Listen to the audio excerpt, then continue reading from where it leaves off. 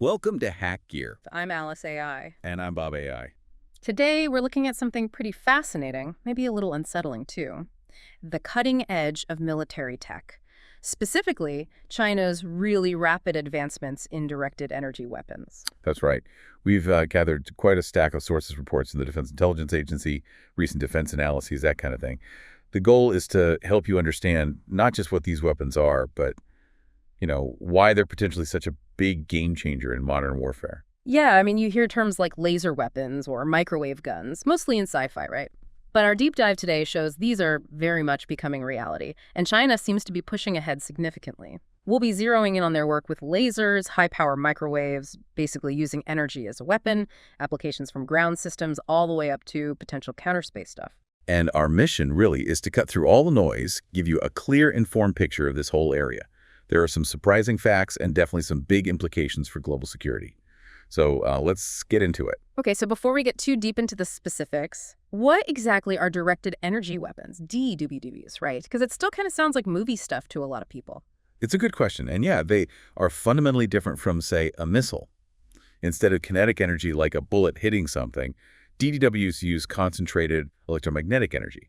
Think focused beams like lasers or powerful microwaves or other radio waves. The aim is to incapacitate, damage, disable, or destroy enemy gear or facilities using that energy. Okay, energy beams. And our sources talk about different levels of effect, don't they? It's not just about blowing things up. Exactly right. They can have what are called reversible effects. Think temporarily blinding a camera or an optical sensor, dazzling it. Or they can go for non-reversible effects, and that means permanent damage, destroying sensors, frying components on a satellite, for instance. And that kind of damage means what? Loss of data. Complete loss of data, potentially. Loss of operational time for that asset, and then, of course, the huge cost and effort of replacing it. It's a serious impact. So knowing that, what's really driving China's focus here? Why pour so many resources into this tech? What's the strategy? Well, China's put, immense economic and tech resources into its space program. And that program is largely managed by the People's Liberation Army, the PLA. So this investment in DDAWs fits right into their military modernization plans, and specifically their idea of informatized warfare. Informatized warfare, I've heard that phrase. Sounds like it's all about controlling the flow of information, yeah. Precisely. The PLA sees space superiority as absolutely critical. That means controlling the space-based information sphere satellites for communication, intelligence, surveillance, and just as importantly, denying adversaries their access to that same space-based information. And DDWs are a tool for that denial. A key tool. They see the U.S., for example, as heavily reliant on space systems. So developing ways to counter those systems, maybe temporarily disrupt them or permanently disable them with DWs, is a core part of achieving that informatized edge. It really sounds like it goes beyond just military tactics, connecting to their larger national goals. Oh, absolutely. Beijing has been very clear. Their goal is to be a fully capable, broad-based space power. It's a matter of national pride, and it aligns perfectly with Chairman Xi Jinping's whole China Dream concept, establishing a powerful, prosperous China, developing advanced counterspace capabilities, advanced military tech like DWs. It's all part of realizing that vision. Okay, that makes sense strategically. So let's zoom in on the first type you mentioned, lasers. Our sources show China's looking at this from, well, space all the way down to ground defense. What's the range of their laser work? Yeah, their defense research is definitely exploring both reversible and non-reversible counterspace lasers. So everything from just dazzling satellite sensors temporarily to potentially causing actual physical damage, destroying components with more powerful laser beams. And are these systems primarily based on the ground right now? Yes, for the most part. China already has multiple ground-based laser weapons, different power levels. They have, let's say, a limited ability to use these against satellite sensors now. But the intelligence suggests that by the mid to late 2020s, so pretty soon, they might field higher power systems. And those could potentially threaten the actual structure of satellites, not just the optical sensors. That's quite a leap. Now, here's something that caught my eye. Anti-drone lasers. Seems very practical. I saw a report about a new mobile system. Yes, that's a very recent and pretty notable development. There's a new Chinese laser air defense system. Its export name is OW5A10. It was actually spotted being moved on a highway. The key thing is it's mounted on a truck chassis at Dongfeng Mengqi, so it's mobile, ready for the battlefield. Mobile laser defense. Okay, what can it actually do? What are its capabilities? Well, according to Chinese sources, it emits a 10-kilowatt laser beam, and that's reportedly enough power to disable or even destroy UAVs drones within just a few seconds. Seconds. Wow. Yeah, it's specifically designed for rapid reaction against low-flying, slower targets. Think drone swarms. It's optimized for that kind of threat. That sounds incredibly efficient compared to, say, firing missiles at small drones. What are the big advantages? You hit it right there. Compared to traditional kinetic methods, missiles, guns, these laser weapons have some serious pluses. Much lower cost per shot, for one. Faster engagement, the beam travels at light speed, pretty much instant hit after detection. And minimal collateral damage, which is a big deal in urban areas or near friendly forces. Right, you're not spraying shrapnel everywhere. Exactly. It's built for persistent defense against mass attacks, where you might face dozens, even hundreds of cheap drones. If it has a stable power source, it can keep firing, needs less maintenance than missile launchers, and has a very high engagement rate, almost instant strike capability. Have we seen this particular system or similar ones actually used? Any proof of concept in the real world? Well, media linked to Chinese defense exporters have made claims. They said a similar laser weapon was delivered to Saudi Arabia, and apparently it performed very well, credited with downing over a dozen Houthi drones in one engagement. Saudi sources reportedly acknowledged its success. But it's important to stress, independent verification of those specific claims is still limited. Understood. But even without full verification, the potential impact on short-range air defense seems huge, doesn't it? Absolutely. It signals that Beijing is actively developing and marketing these laser systems as real alternatives to missiles. If you can reliably shoot down aerial threats, especially swarms, with precision energy at low cost, that could really shift the balance in future conflicts. Makes mass drone attacks much harder to pull off. Okay, lasers offer that kind of precise burning capability.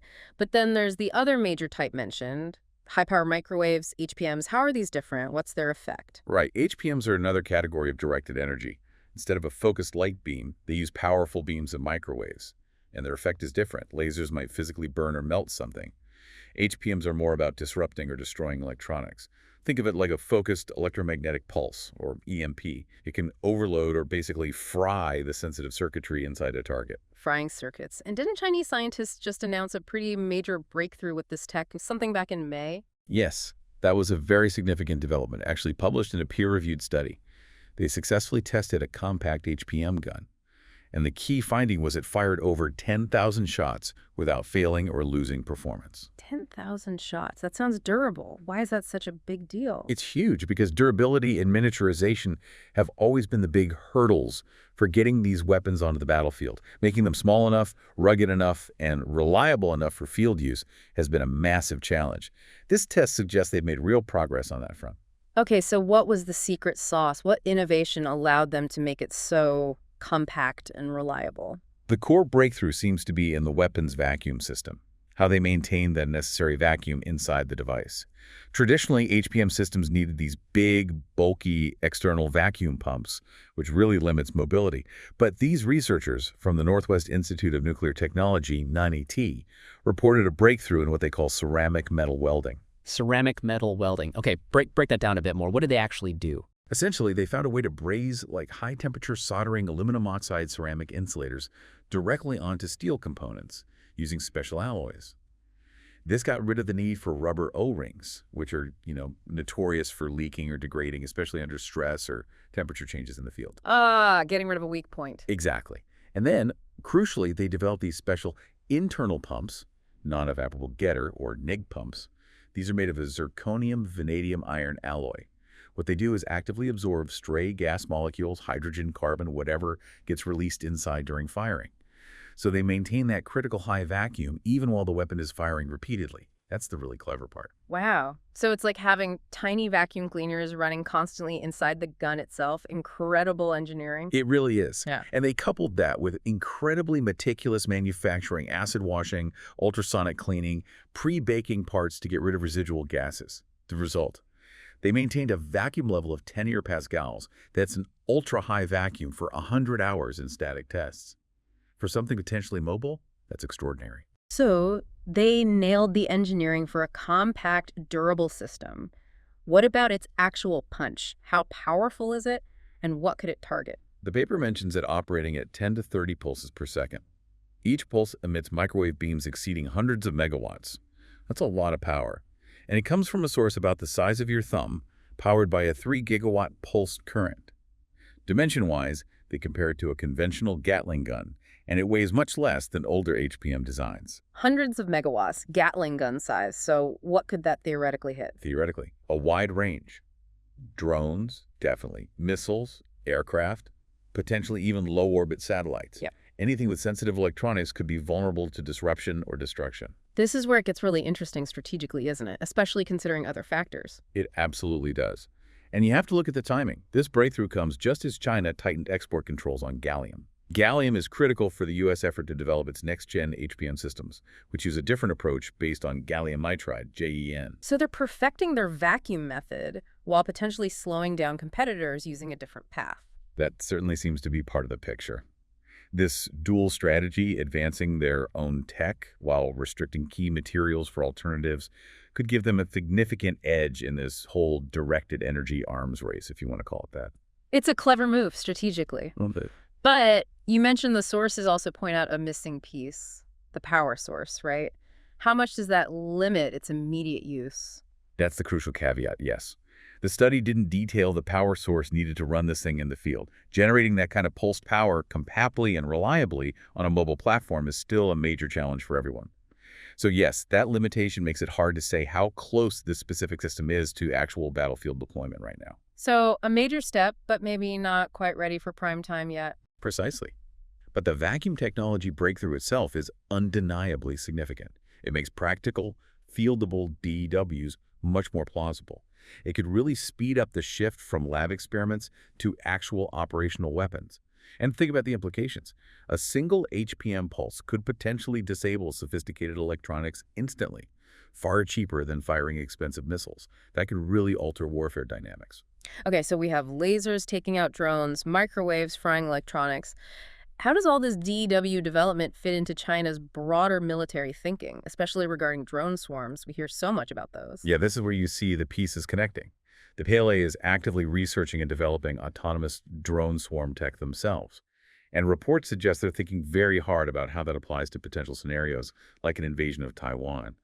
But critically, they're also intensely studying how other countries are developing ways to counter drone swarms. And guess what's high on their list of counter-drone tech?